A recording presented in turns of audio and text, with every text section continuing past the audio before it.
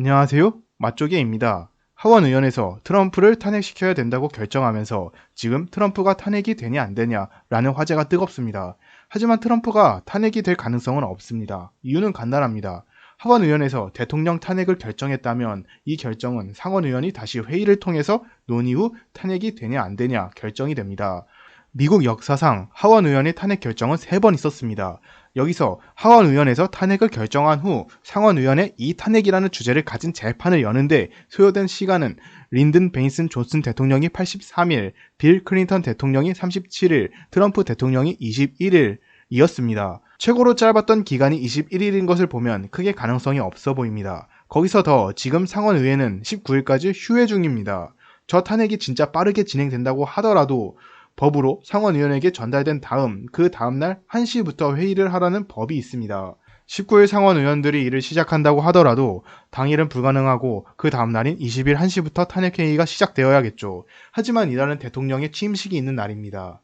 만약 바이든이 취임한다면 트럼프는 대통령이 아닌 상태입니다. 트럼프가 대통령 자리에서 내려온 후에 의회에서는 트럼프를 탄핵시킬 권리가 없습니다. 탄핵의 이유가 트럼프가 폭동을 주도했다는 이유였습니다. 트럼프 대통령이 재선이 되면 이 폭동은 민주당의 음모라는 것도 증명이 되었을 겁니다. 즉, 오히려 민주당에게 피해가 가겠죠. 그리고 또 한 가지, 탄핵에서 상원의원들의 동의도 3분의 2나 필요합니다. 현재 민주당이 50명, 공화당이 50명 상원의원이 있고 탄핵이 되려면 민주당에서 50명이 모두 동의한다고 하더라도 공화당에서 17명의 찬성이 필요하다는 거죠. 공화당에서 찬성하는 사람은 있을 거라고 생각합니다. 하지만 17명은 나오지 않을 겁니다.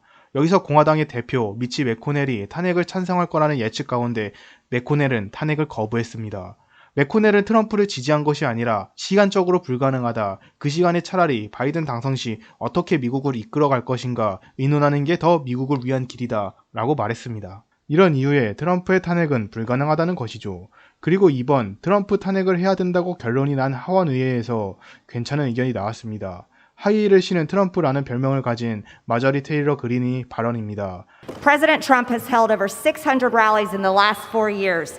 이번에 조지아주에서 연방 하원에 당선된 분이시죠. 테일러 그린은 트럼프 대통령은 4년 동안 600회 이상의 집회를 열었고 이런 집회에서 폭력 행위는 없었습니다. 하지만 작년 민주당은 수십억 달러의 파괴 행위와 47명의 사망자가 나온 폭도를 용서해 왔습니다. 그러니 저는 바이든이 당선이 된 첫날 탄핵안을 제출할 겁니다. 물론 이게 통과될 가능성은 없겠지만 충분히 의미 있는 말이 아니었나 싶습니다. 이상 맛족이었습니다. 모두 행복하세요.